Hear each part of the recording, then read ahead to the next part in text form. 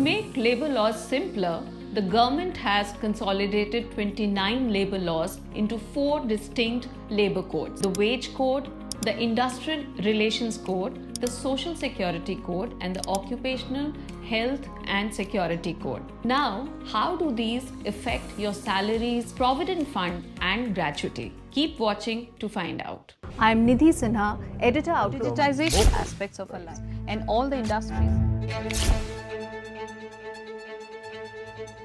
Let's talk about the salary first. Your take-home pay will most likely reduce according to the new labor laws. Why? Because according to the new wage code, your basic pay plus dearness allowance has to be 50% of the CTC or cost to company. So, if your basic pay plus dearness allowance now is less than 50%, the take-home pay will reduce. Now let's understand why that will happen. There are basically 2 reasons. One is PF deduction. Now, PF is deducted at 12% of the basic pay plus dearness allowance. So, the minute your basic increases, the amount that is deducted as PF will also increase. At the same time, a lot of companies also mandate that the employer's share of PF deduction also goes from your CTC. In that case, the same will happen. The percentage will remain the same, but the amount will be more because your basic pay plus dearness allowance has increased. Let me explain with an example. So if your basic pay plus DA is rupees 30,000 per month and it increases to say rupees 40,000 as per the 50% of the CTC rule,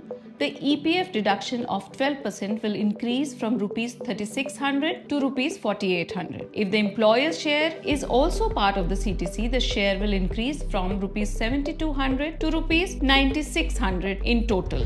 The second reason why your take-home pay may decrease is the fact that the entire basic pay plus dearness allowance is taxable as against, say, reimbursement related allowances that are tax exempt. Now again, let me explain this to you through some numbers.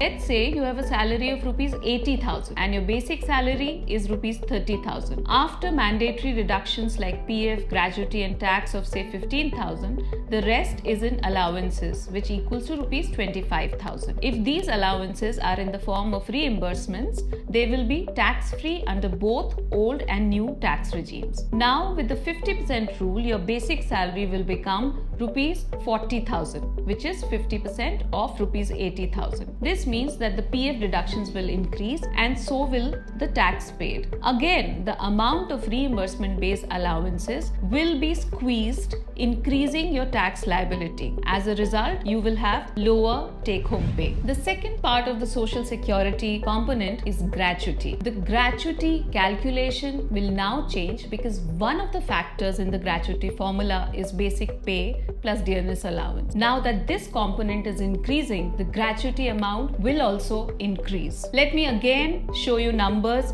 to make you understand how. The formula for calculating gratuity is the last drawn monthly basic pay plus dearness allowance into 15 by 26, which represents 15 days of wages for an average of 26 working days in a month, multiplied by the number of years of service. Taking the same example that we've taken earlier, if the basic pay plus DA right now is rupees 30,000 and you worked for 10 years, your gratuity amount will be 30,000 into 15 by 26 into 10, which comes to rupees 1.73 lakh roughly. Now increase the basic pay plus DA to 40,000 like we did in the earlier example and use the same formula. This time the gratuity amount will come to rupees 2.40 lakh. There is another positive about gratuity. Until now, till the labor laws are actually implemented, you need to complete at least 5 years of continuous service to be eligible for